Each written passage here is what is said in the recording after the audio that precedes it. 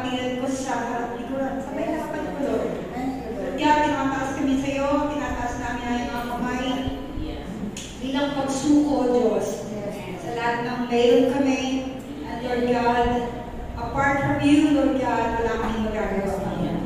Kaya o Diyos, ngayong umaga, samahin po ako sa aking pagsasalita. Sumahin ka, Panginoon, yung Banal na Espiritu, your sustenance and your healing, O God. I believe, Lord God, everything is under God's control. Kayo po ang muna, Panginoon, sa iyong mga salita na patuloy nagpapaalala sa amin sa maraming bagay, Panginoon. Bless us, O Lord God. And Lord God, huwag po kami pauwiin na wala po kami natutunan at new inspiration that comes from you, Lord. All glory in your name, in Jesus' name. Amen. Pagpapakot natin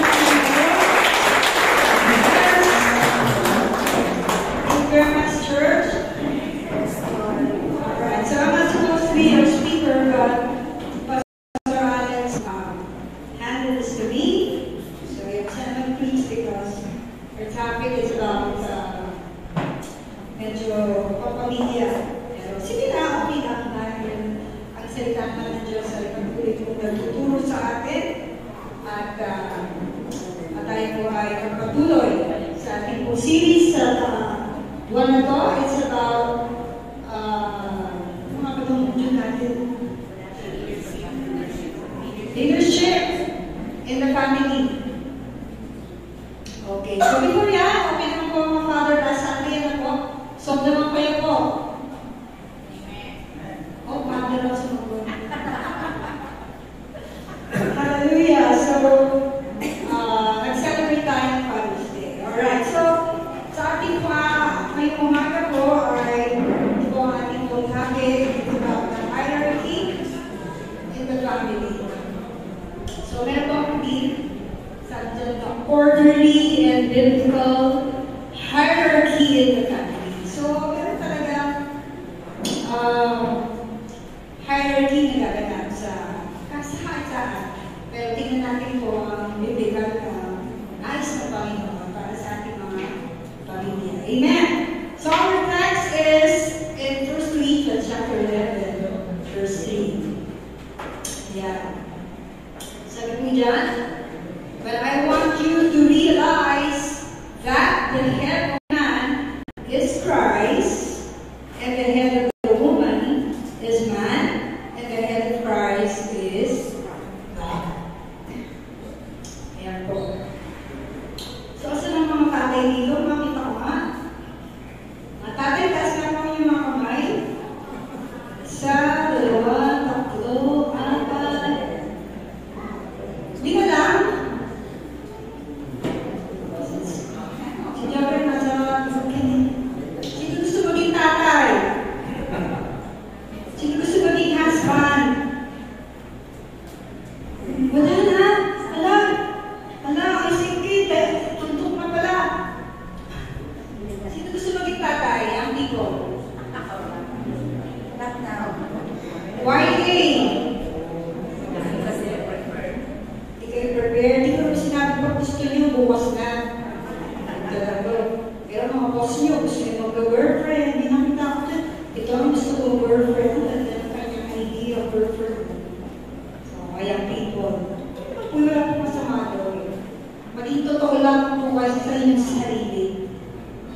Okay. Amen. So, for my introduction, sabi po dyan, hierarchy is a ranking of positions of authority, often associated by a chain of command and control.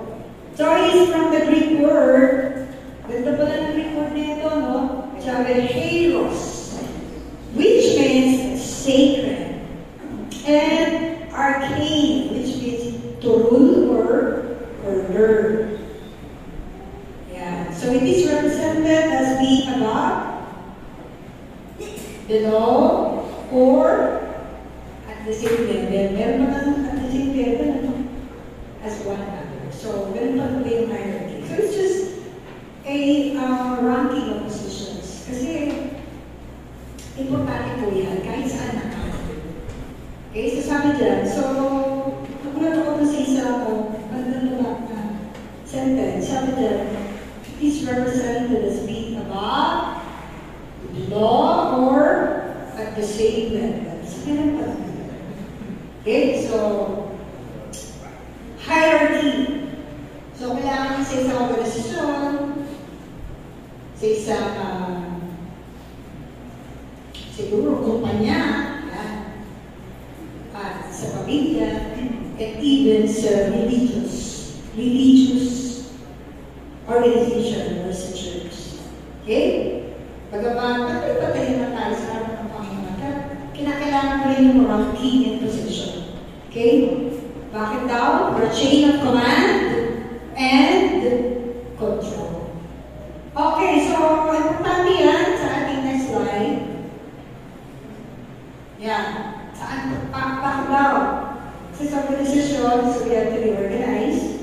Sa leadership, we must be led.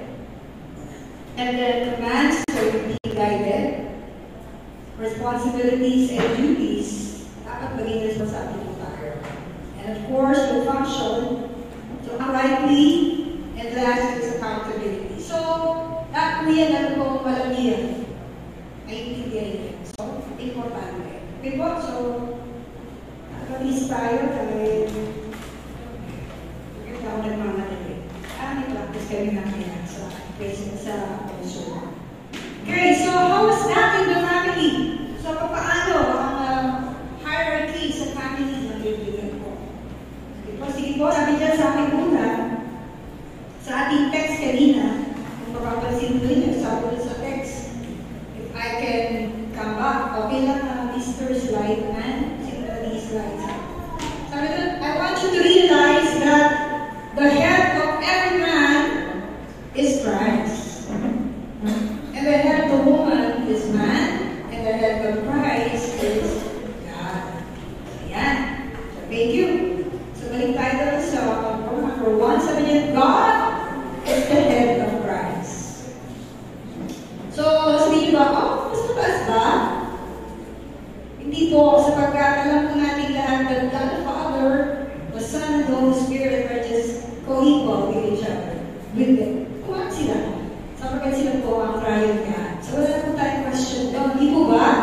Yes. Because they are all equal in power and attributes and plan for mankind. So, walang question dyan. Kaya, napakahirap kung kami mga kabataan na-expose kami sa mga iba't ibang katuruan at sa Pastor Valibal na pinuruan kami. Sabi ng kausap ko, sa young people, kausap ko ay oneness. Sabi, isa lang lahat yan, the Father, the Son, and the Holy Spirit. Huh? How does the Father, the Son, isisay na rin yung sarili niya, hindi mo pwede. Yeah? So there's 3 persons in one Godhead. Sabi ng Bible, for God so loved the world that He gave His only begotten Son. Alam mo naman si Kristo na, gano'n yung mga oneness. Siya lahat. Sa hindi ko pwede din. There must be someone, diba, na nagpadala. Kahit naman ang Holy Spirit ay sa creation, He is already present during creation. Amen? So, para maliwanag lang ito ang ating doctrine. And you must know what faith is that. Kahit ang iyong kabataan na, para hindi kayo naluloko. Or hindi kayo nasusway. Diba? Yan. Salamat sa mga pastor na nagtuturo sa akin. Of course, sabi niya, though co-equal with God the Father, sabi dito, Jesus Christ submit Himself to His Father. In Ephesians chapter 2, 6-8, makita po yan. Sa inyong mga Biblia, sana po may Bible po kayo, kasi po po yan. Sabi doon, this is my summary, who being in the very nature of God, did not consider equality with God, sabi niya, but made Himself nothing, became obedient to death, and was Jesus, even death on the cross. Jesus' submission to the will of His Father doesn't make Him a lesser God. Yes. Maliwanag po ba yun? Amen. Amen. Right? So, nakita niya ang kanyang submission. Nakikita po natin yan sa ating Bible. For how many years that we are studying about Jesus?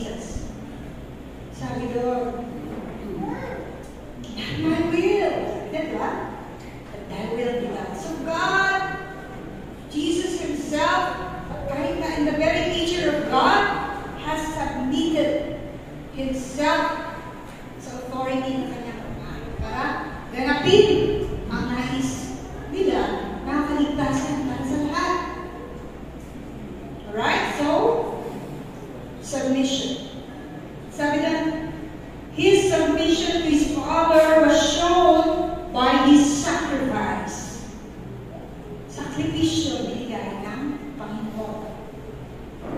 Forget about himself and gave his life for mankind. So, wala na pa siguro question doon at maliwanag po lahat. But the hand of Christ is still his Father. Nandun lang.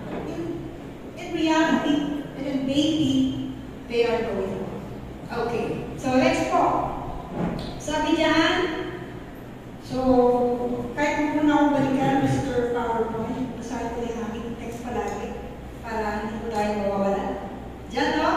So, ayun na po yan. The head of every man is Christ. Sabi diyan, Christ, the head of man, which is the second round. Sabi ka naman, headship daw, hindi mo sinama dyan sa aking PowerPoint. Headship means source.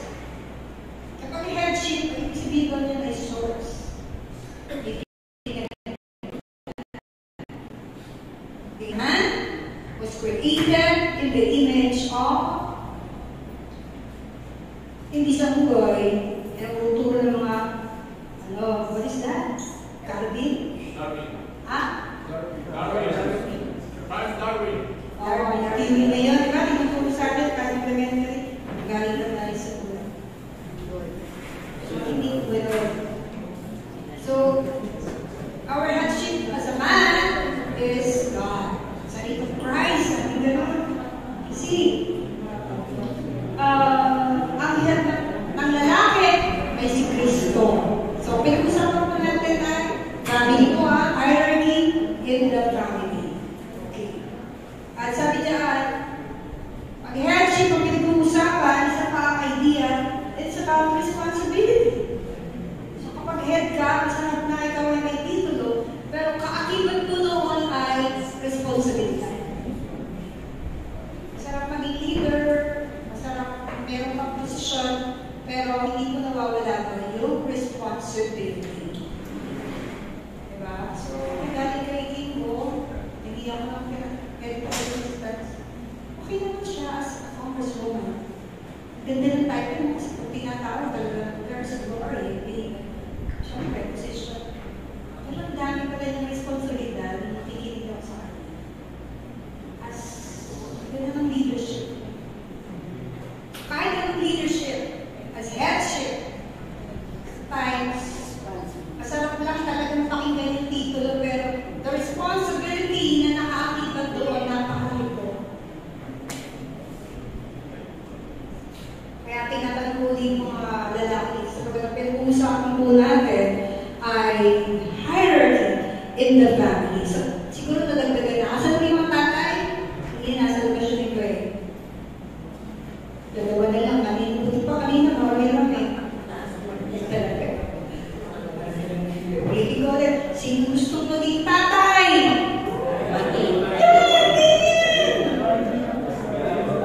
Sino gusto maging ama? Ganon. Kung pagtataas na babae, pag tinatanong sino gusto maging tatay,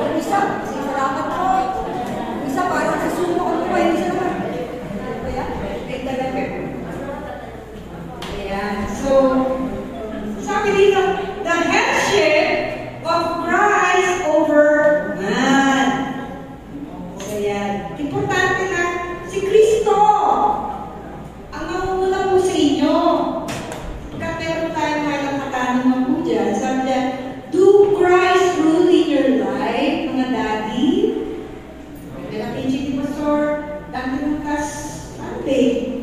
Sabi niya, ang talagang potential leader. Dapat, sino? Ha? Lalaki! Asa mo ito mga lalaki? Narito mo yun.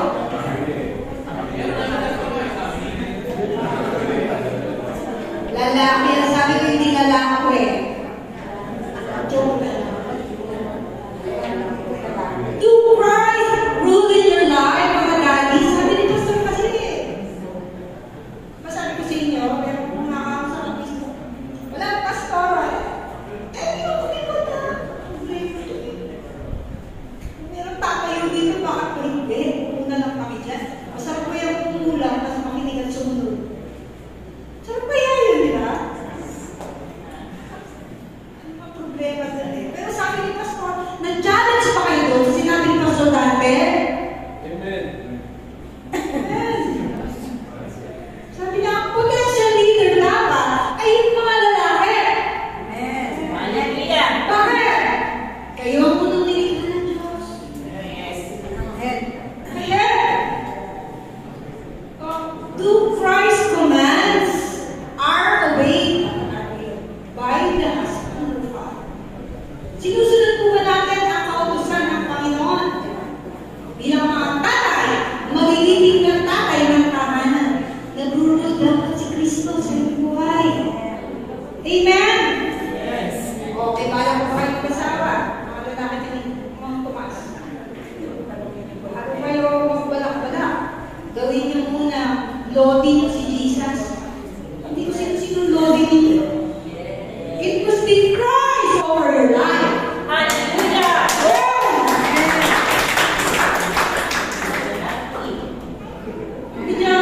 Our fathers or husbands is spiritual enough to lead the family. O, kinikilig na yung mga young people, na-imagine nila, ikakasal sila, ikakaanak. Ako na lang kiligin. Mamaya. Are you, men, spiritual enough to lead the family? Biglang nakapikit si Jervis. Alalahanin mo ang turo at paalala ng Lolo Mario. Sabi niya, imitate Christ or looking up to Christ to lead you. Magandang balaki niya. Sige magpamilya. Diba? Tandaan niyo, hindi niyo kakayanin kung wala si Kristo sa buhay niyo. At siguro you are self-sustained. Lalo ngayon, sa panahon ngayon. Kailangan ng Panginoon. Bilang mga ama, asawa, lalaki. Okay po? Sige po, thank you po. Next po.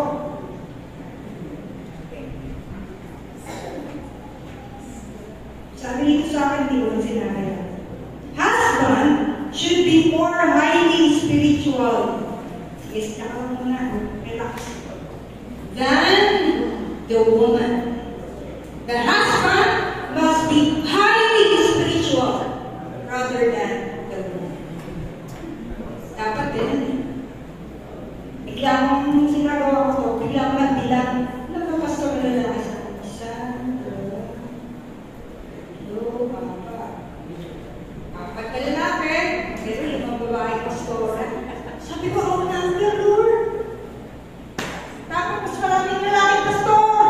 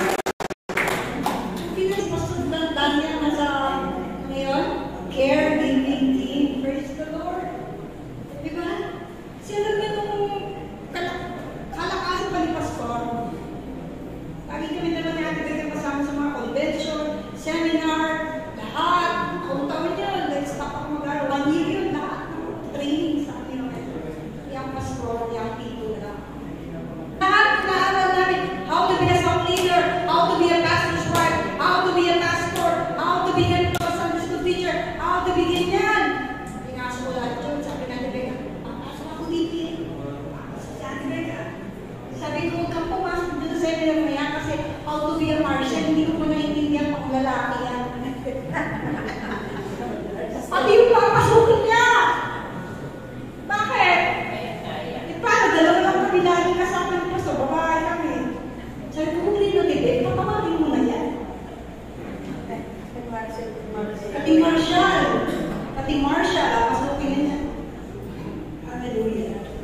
So, man, sabi doon, you must be highly spiritual rather than low. Ito sinabi mo maging spiritual ng babae. Pero dapat mo talaga lalaki. Lalaki ko talaga. Kailan? Amen! Amen. Yeah.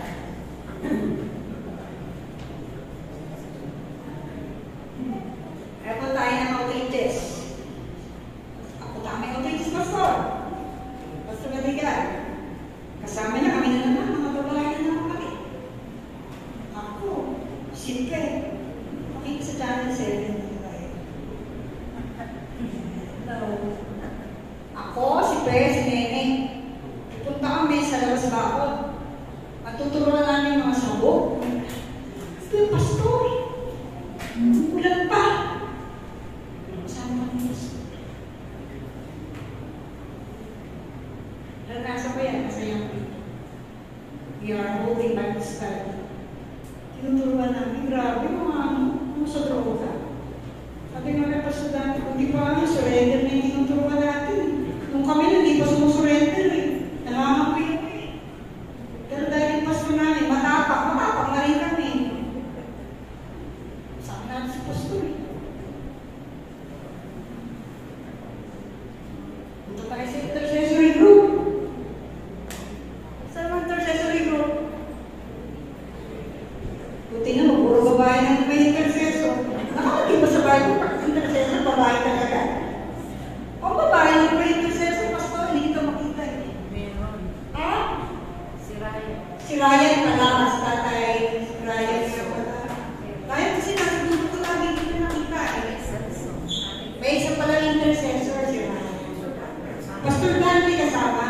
Sino pa si tatay? Wala ko Celso. Pero ilan ang babae? Ako na naman, tayo naman kayo. Maraming babae. Maraming babae sa langit ikaw. Nagbabayan si Eva. Bumabawi tayo, tama ba? Sino ba unang kumagat? Kaya ganyan. Unang missionary ka sa babae. Pero ako ng missionary man, dito naman tayo. Sabi, walang pastora. Sabi ko, walang problema.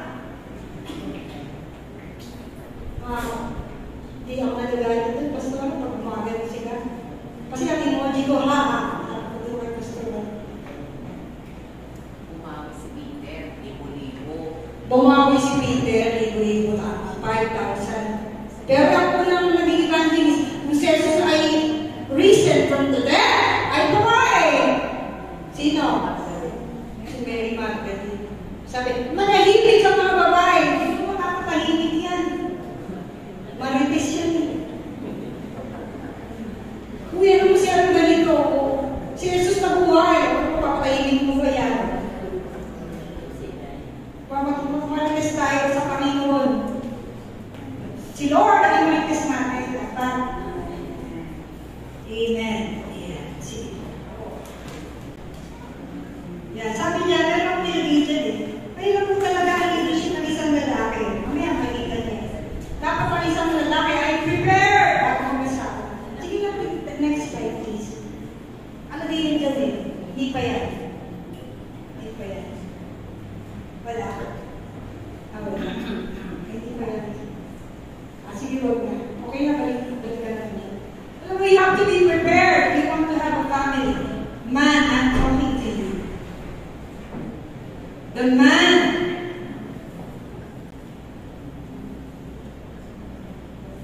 Kailangan mag-aaral kayo. Gusto mo pala mag-asawa. Tapos ka mag-aaral. Ano yung pakain mo one day sa iyong pamilya? Mag-aaral. Magtapos. Pag-oras ka ng pag-aaral. Mag-aaral. Hindi lang naman mag-asawa eh. Magtapos ka na. Tan, tan, tan, tan.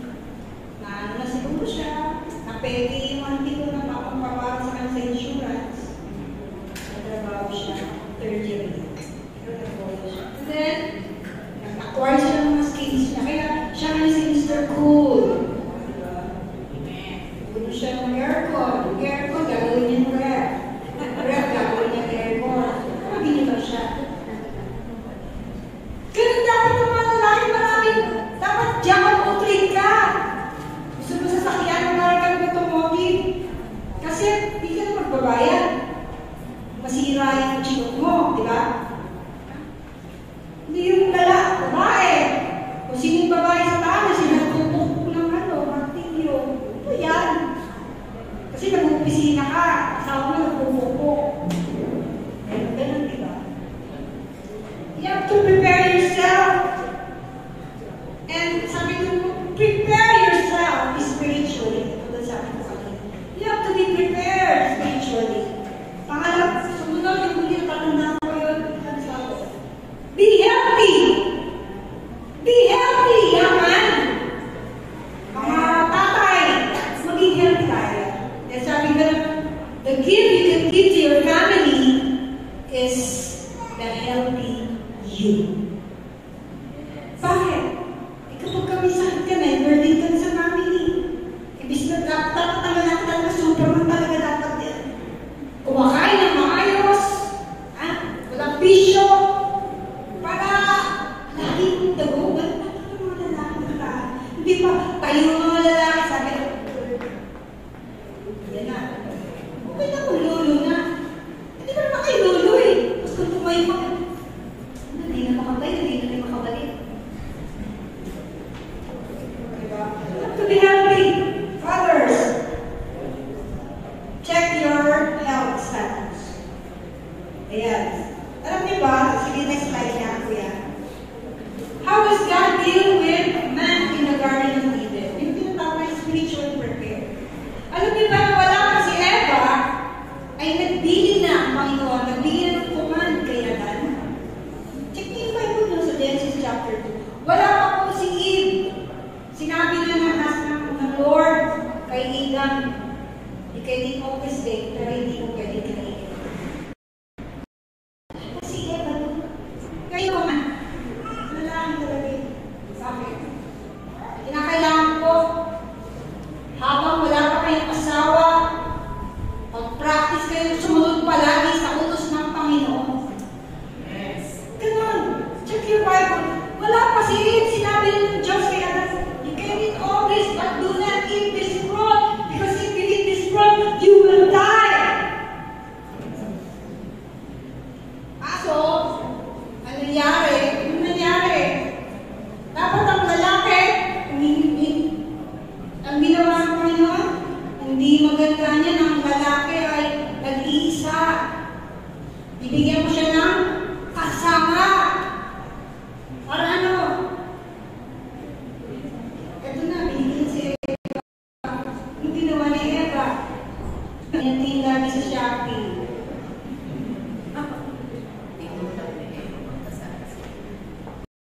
Oh? Si Adam sumusunod naman sa amin.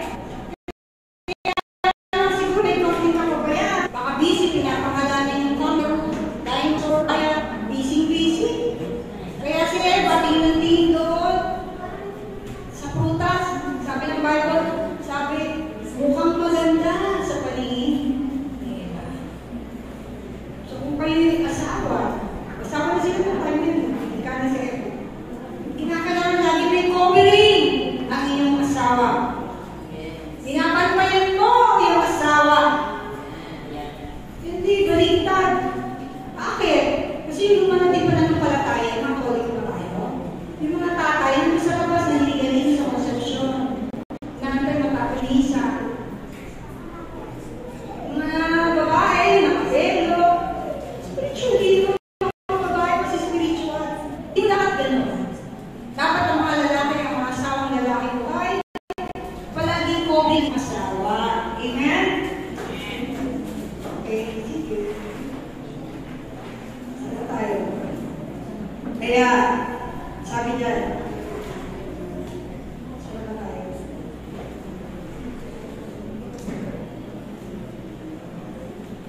So, sabi dyan, sige, next. Next po. Next slide. What is God's command for husbands? Sabi dyan, husbands, love your wife as Christ loved the church. Ephesians 5, like 5. Sabi doon, paano minahal ng Panginoon sa Kristo ang iglesia? Sabi ng Panginoon, husband, love your wife as Christ love the church? How does Christ give Himself for the church? Ano ginawa ng Panginoon? Sige nga, next po.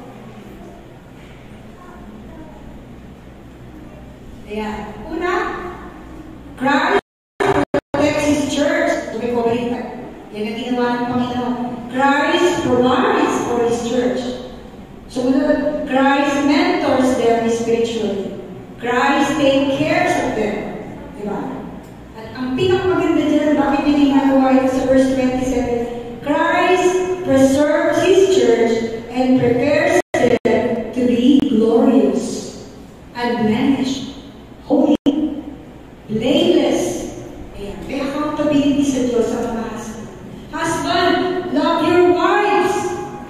Husband, love your wife. Mahalin mo ang iyong asawa katulad ng pagmamahal ni Kristo sa Iglesia. Hallelujah. Ano ginagawa ng asawa? Ayan. Alam mo na, binasa ko sa verse 27. Si Kristo pala, bakit niya ginawa ang lahat yun? Bakit binigay niya kanyang buhay? Christ gave Himself to the church. If the husband can also give their life to their wife. Sabi doon sa verse 27, pinipreserve ni Kristo ang kanyang iglesia para siya maging blameless, unblemished, banal sa paningin ng Diyos. Ngayon, kumustahin natin ang inyong asawa? Kumusta mo sila? Ipipresent din pala sila one way sa Panginoon. Ito yung asawa ko. Ito siya. Kasi sabi ng Bible, man is the glory of Christ, but woman is the glory of man. Amen. Kaya kung ano yung asawa mo, glory na yun, joy. Ano ba si Medea? Paano siya harap sa Panginoon? Yan ang trabaho. Ginagawa ni Kristo sa kanyang iglesia. Sabi niya, love your wife as Christ loved His church. Ang ginawa ni Kristo, ibinigay ang kanyang buhay. So, tatanungin mo na kaya niyo ba ibigay ang buhay niyo sa inyong mga asawa? Gusto niyo hindi mag-asawa? Hello? Sino ba gusto mag-asawa dyan? Sa patinanda. Wala lang tumataas. Wala na gusto mag-asawa? Ako na lang mataas ako eh. Sabi ko sa inyo eh. Post kayo na po sa Facebook eh. Banda mo may ayaw na. Even to the point that you will give your life to your wife. Kaya niyo ba yun? Huwag kayong mag-alala, mamaya babawi rin naman kayo talaga. Kaya ba? Yung mga pinatayo mo kanina, tatayo mo pa kaya? Husbands, love your wives as Christ loved the church. Amen. Sabi mo, hoy, hindi mo pa sa memory verse eh. Hoy, wife. Husband, love your wives daw. Kaya lahat ng order ko sa Shopee, bilhin mo ako. Sabi dito sa verse. Diba? Marami sa dito, taga-Canada. Alam niyo ba yung taga-Canada? Canadian citizen. Pag-sign Canadian, magluto Canadian, mag-washing machine Canadian. Pag bumibili sila, ang mabayad na yung washing machine mo. Pero bumibili asawa. Kasi sabi kasi, husband, love your wife. Iba naman, nakusado naman. Dahil alam nila malaman sila ng kanilang mga asawa. Talamin mo, pagod ako! Sino pagod? Mas pagod yung lalaki. Kasi nagtrabaho na sa bahay. Sa trabaho, nagtrabaho pa rin sa bahay. Okay, pilit niya. Kaya, mga Canadian citizen po sila. Praise the Lord. Ang mabait kasi ng mga SMK boys. Manang-mana kay Pastor M. Pastor M, ang dami kong pinamana sa inyo. Namana niyo na nga yung diabetes ko. Namana niyo pa yung pagka-Canadian ko. Diba? Praise the Lord. Sabi nga, hindi natin pwedeng gawin, ang batawag doon, blackmail. Kasi, dapat nag-compliment sa bawat isa ang mag-asawa, babae at lalaki. Diba? Okay? So, husband, yung mga nagbabalak-balak siya, sabi nga, husband, love your wife as Christ loved the church. He gave His life for the church. He protects the church. Dapat protector ka. Dapat ikaw ang mentor. Spiritually sa bahay. Kung si pastor ay pastor sa church, sa bahay nila si pastor. Andrew dapat ang pastor. Yes. Amen, pastor? Yes! Ganun dapat yun. Dapat nag-mentor ang mga lalaki. Hindi ba bakit? Bakit? Covering po kayo eh. Naka-cover kayo. Alright. So, sige.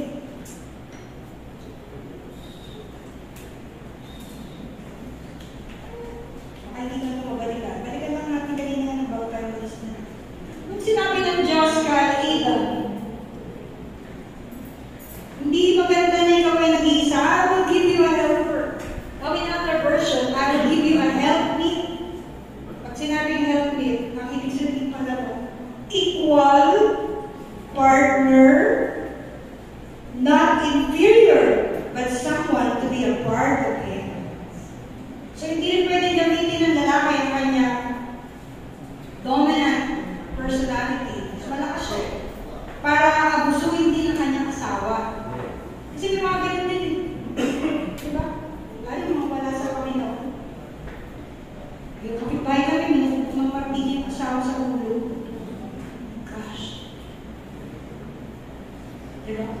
Sabi nga, naalala ko yung sabi ni Pastor Brother Joel, hindi asawa, kundi kabiyak.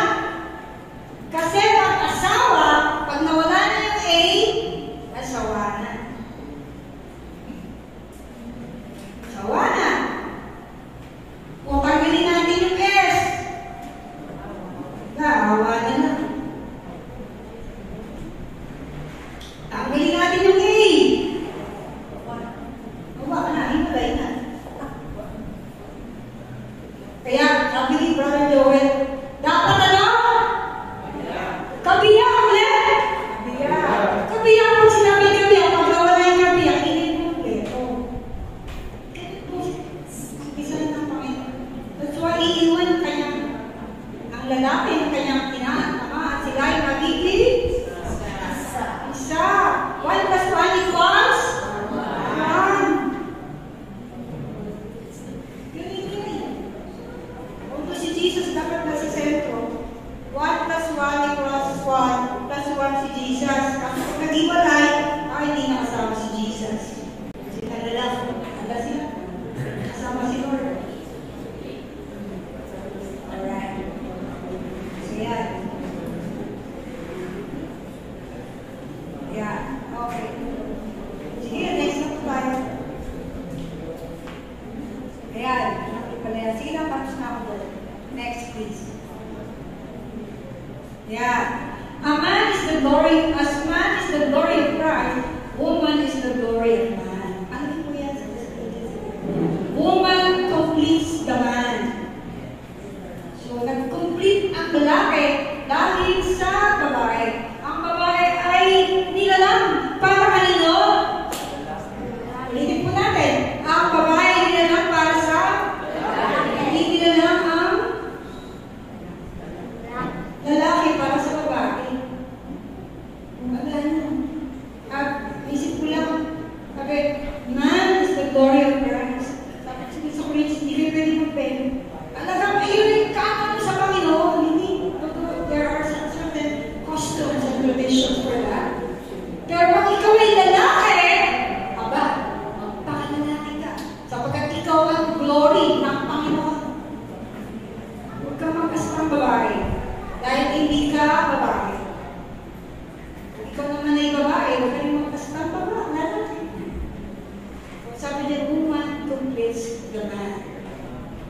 babae ay nilalang para sa iyo.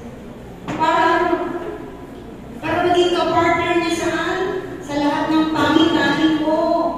Sa buhay mo bilang isang husband. Lahat ng agenda mo sa iyong pamilya, ka-partner mo yung asawa. Kaya kabiyak, hindi asawa, kabiyak.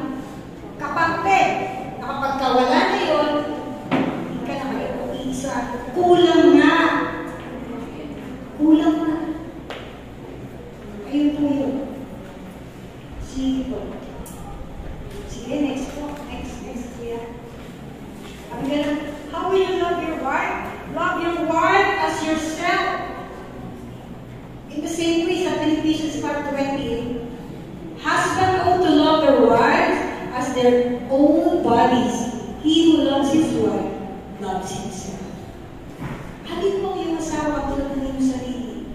Ano ba sarili mo? Ayaw mo napapagod, ayaw mo naluto, ayaw mo ganito, ayaw mo ganyan, so huwag mo gawin sa iyong asawa. Gawin mo siyang kapartner. Cherish your wife. Sapagkat mula siya sa'yo. Sabi ko, now here is the bone of my bones and the flesh of my flesh. The Lord God created Eve for Adam. Maliwanag yun. Pride man mo yan. Naman. Hindi magkakasawa si Adam at si Steve. Sabi sa Facebook. It was the Adam and Eve. Maliwanag po yan, mga young people. Kung meron pa rin kayong gender problem today, and you have your identity crisis, the Lord has not created you to be female when you are a male. Yes.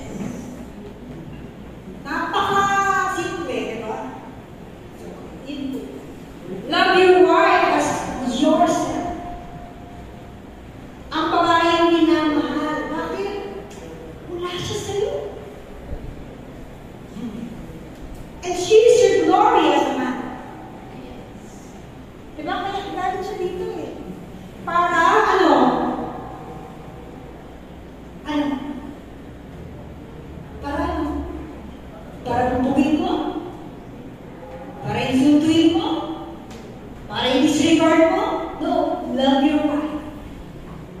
Because God gave her to you. Dali mo ang asawa tulad ng iyong sarili. Okay. Sige, kuya. Sabi niya, ayan, sabi ko na yan kanina. Yeah, hindi siya inferior, but someone to be part of you.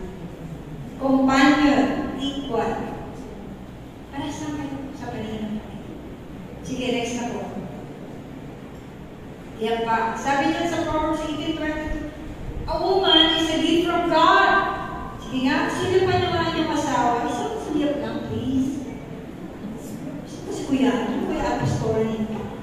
Sabi mo, luto naman eh. He who finds a right husband, did you read that? 1, 2, go.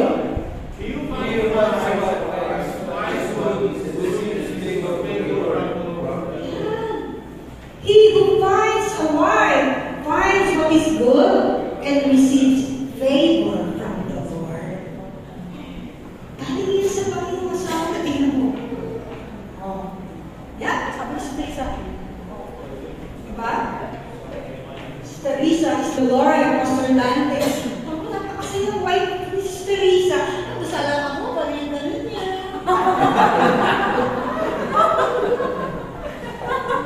Si Pastor, mapagmahal na asawa. Pinabayaan mo rin yun.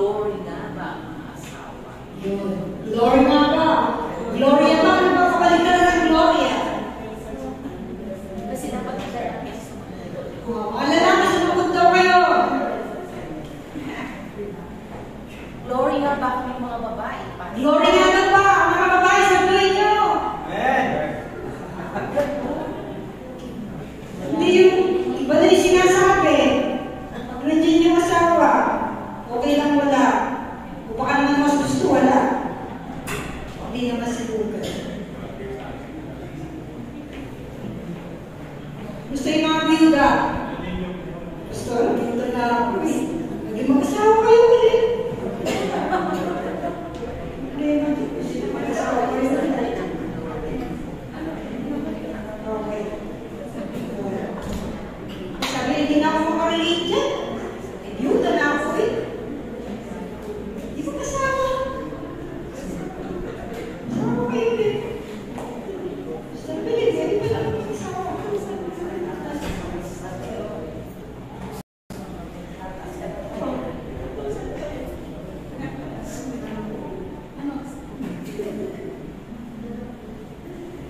Okay.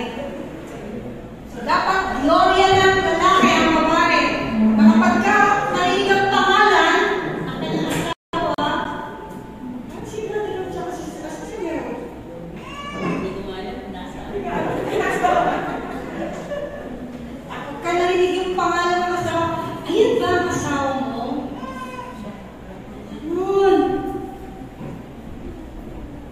So, ang asawa ko, Wala na eh. Hindi na naman ko siya. Kailangan glory tayo. yes! Glory! That's the aim of a woman. That is also the aim of Christ for the church. That we should be blameless. One day, walang kapintasan. Kukunin ng kanyang bride. Ganun din mga asawang babae. Tsura nyo. Hindi para kayong pinggan ka sabi. Ganun na dito. Kita glory. Katapis na lang po yan. Hindi ko po may asawa na kayo. Mukha na kayo ano. Kinakuha na silang maganda eh. O, kumusta naman ngayon? Para na itsura niyan. Mas maganda na. Mas maganda na pa. Hallelujah! Mas maganda! Amen! Ganda na nakuha niya eh. Dapat ngayon, dahil yan, the glory of man is the woman. Kaya kasalanan niya yan, man. Sige na, pag-orderin niyo na sa Shopee. Okay na yun. Sige na, love. Ganda yung shade ng lipstick, oh. Ito ba, Margaret? Tapos sa araw-araw, Shopee! Ayan. Tama yan. Mali po yun. Praise the Lord. Kahit walang ulam, basta may pang lipstick. Huwag naman. Wag naman. Hindi naman tama yun. Kailangan, pag uwi ni Darling, may sinaing, may adobo, may sabaw. Ganon. Hindi po lipstick ka rin Shopee. Cross na yun. Cross na yun, hindi na tama yun. Wala na sila. Amen? Alright, so woman. Kapag tayo sa woman. Kayo naman, mga woman. Next, please. Why? Taas ang mga kamay ng why. Woo! Yan. Woo! Ah, sige! Sige, nabisa lang ako. Taas ang kamay ng why. Woo! Pwede ba kayo tumayo sandali mga why? Oh, why? Ayan. Ayan, mga why. Ayan, mga why. Okay. Why? May, tumayo ka, May. Ang ganda-ganda ng damit mo eh. Ay, nakatayo sa Mami Gemma. Okay, di ba? Wala naman tayo po, what SNK. Sino gusto maging wife? Sino gusto maging wife? Dali na, ipag-pray ko kayo. Sino gusto maging wife? Gusto natin maging wife. May young people. Sabi niya, wife, your head is the man in the house. Your husband is the portal. Sabi ni Ephesians 5:22, wives, submit to your husband as to the Lord. Yes. Wives, submit to your husband as to the Lord. Sinabi ko kanina, no? Hindi ito, ang blackmail, or submit down, submit, pwede may medyas ko, sige lang ako kape, hindi ka nakabalik si Nisip, uy, kamuti mo yung likod ko, nangangaman. Sabi ka na, wife, submit to your husband. Grabe na mga members talaga. Huwag mo na,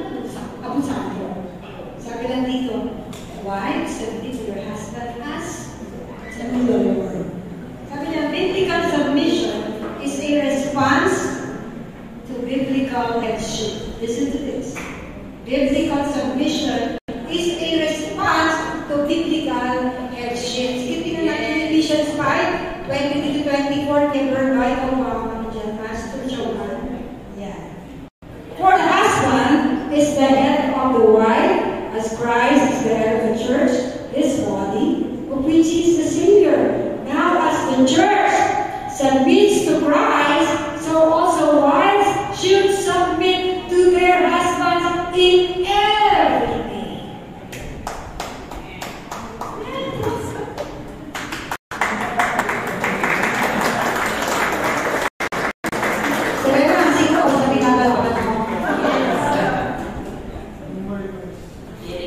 Very good. Submit to your husband in everything as how we submit Christ. As the church submit to Christ. Ang tindi, no? Ang tindi po. Pero tulad sabi ko kanina, hindi pwede magsamantala ng dalawa. Pwede ikaw si Mark, pwede ikaw si husband. Hindi po dalawa. Naglilingkod tayo sa Panginoon. Gawin po natin yung napaglilingkod din. Diba? Sa kanya. Kasi ang tingin sa asawa, kami naman kasi kung sa asawa, or sabi ni Lord, I will make you a helper. Helper. Diba yung helper? Mas Tagalog yun. Katulong. Tulong ka. Hindi po gano'n. Sabihin nun, katuwang mo siya sa lahat ng gagawin mo sa iyong pamilya.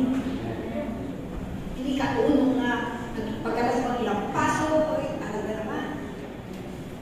kaya ikaw naman ay asawa.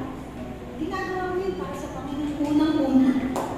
Kaya, it's a response, this verse is a response to biblical headship. We should submit to Christ, we as a church.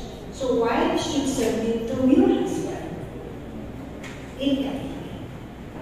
Paano? Paano po tayo magsasabit? Sabi dyan, it will not make her less or inferior, but in submission to God first. Ibig sabihin ng inferior ang mga girls at superior ang mga lalaki. Kasi kung mahal niya yung asawa, ay madali niya magpapasubmit, di ba? Kasi mga babae yun, multitasking yun. Habang siya ay makaikot ng washing machine, siya ay nagluluto, pero makapag-tiktok pa yan. Di ba? Kasi yung mga girls, habang umiikot ang may anak pa yan, papalete yan. So, ganun na babae. Gifted yan. Ay, ikaw naman kasama, ano gagawin mo? Hanggang pagod na yung asawa mo. Diba? Pero sabi dyan, submit. As the church submits to Christ, ayan. So, also wives should submit. Paano doon magsasubmit? Sige, next po. How are we to submit? Submit and obey Him like how you submit and obey the Lord. Honor His leadership. Respect and obey Him. Acknowledge Him in decision making. Diba? Serve Him as you serve Christ. And last, do it in love. Honor His leadership. Kaya kung pa-cover ka sa kanyang leadership, kung di ba one day para tayo may accountability sa Panginoon. Haharap tayo lahat sa Panginoon. Kaya gawin natin pare-parehas para sa Panginoon. Respect and obey Him. Sabi yun daw ang pinakauling nawawala sa mga kasama. Wala na yun. Wag na talaga yan. Wag na. New Colgate Optic White Purple. Diba? At magtipid tayo sa kanila. Hindi lang pagsisigi natin sa Panginoon. Kasi hindi natin gagawin para sa Panginoon. Mahirap po talaga. Mahirap. Ayan. Sige, next. Ano wala na pala? Conclusion na pala.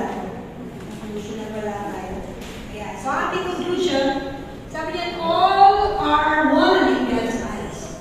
Isa lang tayo. Sabi ng Panginoon. No one is superior. Galatians 3:28, sabi niyan, no more Greek, no more Jew, neither slave or free, nor male or female. No one is more important than the other.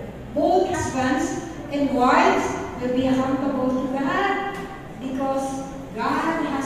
plans for them. Parehas. Husbands and wives have different needs. May pangailangan iba. Magkaiba. Sabi na yun, love and respect. Men should be respected.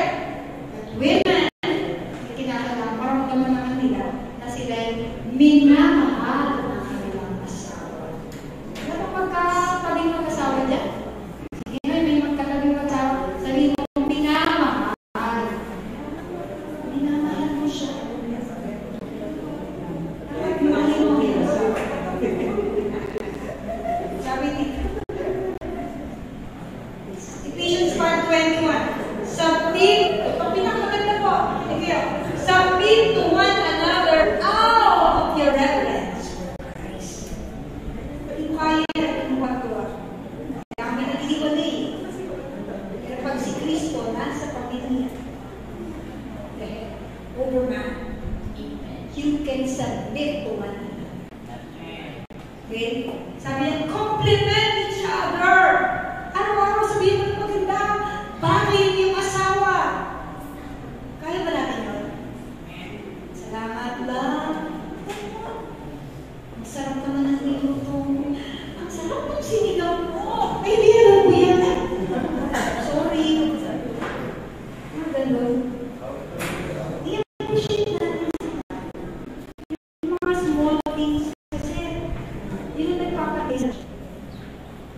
Compliment each other. Purihin mo siya. Ganda siya yun. Ganda ng ginawa niya.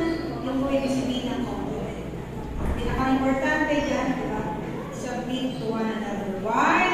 Because the highest rank is the rank of Jesus. Serve one another.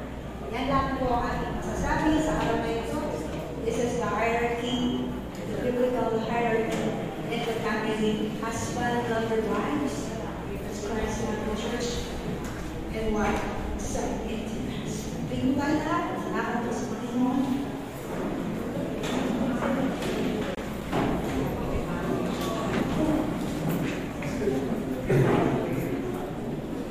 Amen.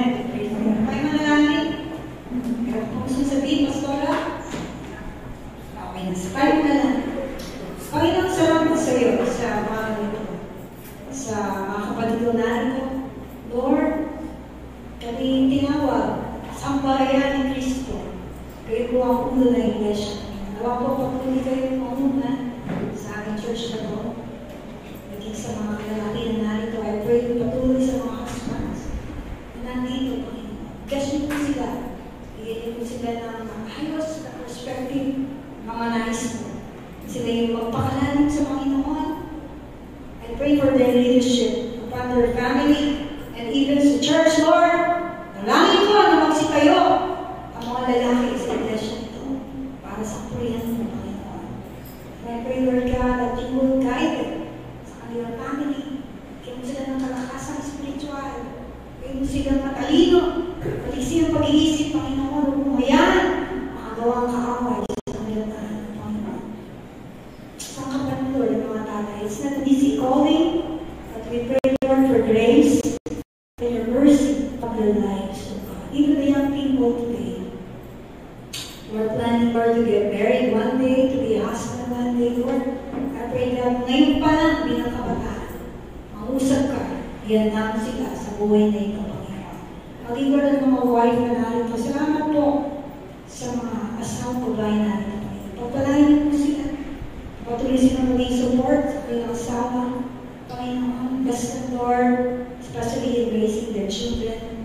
O God, pagkalingin mo ang mga karamdaman, lalo na ang mga karamdaman spiritual, na makita namin, Panginoon. Alaman namin kung ano ang naisip mo sa aming pamumuhay sa araw-araw bilang pamilya, Panginoon. At maluwalhati ka sa lahat ng aming gagawin sa bawat family, Lord, because we believe, Lord, if the family is strong, then the society is strong, the church is strong, Panginoon. Dahil, Lord, kami po'y pinagkaisa mo, pinagbuklod mo ng iyong pag-ibig. Dahil din, Panginoon, yung mga salita na aming guide, hindi namin kaya, Panginoon, mabuhay kung wala ang mga salita sa buhay namin, Panginoon. Purihin ka.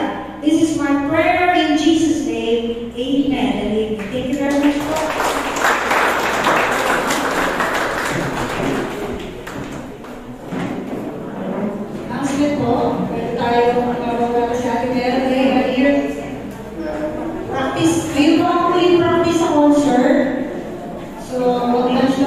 siguro mga participant ng concert. At church, sa Sunday po ay anniversary.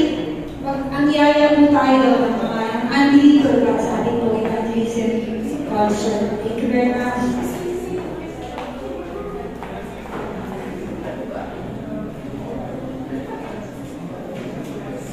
Yan, para po sa announcement. Please be guided din po na 9:30 po ang start ng ating service. Exactly po, para hindi po tayo masyadong late. Kasi kanina po, medyo late po tayo ng service. So, meeting po is every Wednesday, 6 p.m. via Zoom level SNC Christian Page. And prayer meeting po every Friday, 6 p.m. via Zoom. Like din po sa ating SNC Christian Page. Ayan. Ang ating po topic for the month of June is family. For June 30, an appeal to all children, Ephesians 6:1-3. Ang picture po natin is Pastor Lizzie and worship leader po, Brother J.R. Cabo. Yan din po ang ating anniversary. Yan, dito po sa ating Marshall and Ushers for the day. Next week po, Sister Mireya, Brother Joel, and Brother Albert Patropes. Ang ating offering verse po next week ay Sister Lani Damian. Sabihin na lang po. Prayer for the sick every first Sunday of the month. So, maaari po tayo po na-join dyan. And face-to-face prayer meeting po every last Friday of the month, 4 to 5 p.m. at SNT Church. Yan po. Excited na po ba ang lahat para po sa ating concert on June 30, 1 p.m. po yan. Dito po sa SNT Church. Free concert po yan. So, we would like to invite everyone po ng mga unbeliever. Maaari po tayo mag-invite para after po ng service, makapag-umpisa rin po tayo agad. And other announcement po, after service po, mag-lunch na po. 1 p.m. practice po ang aming worship team. Any other announcements? Kung wala na po, maaari po tayo makumayo para po sa ating closing prayer. Hiling ito po si Sister May.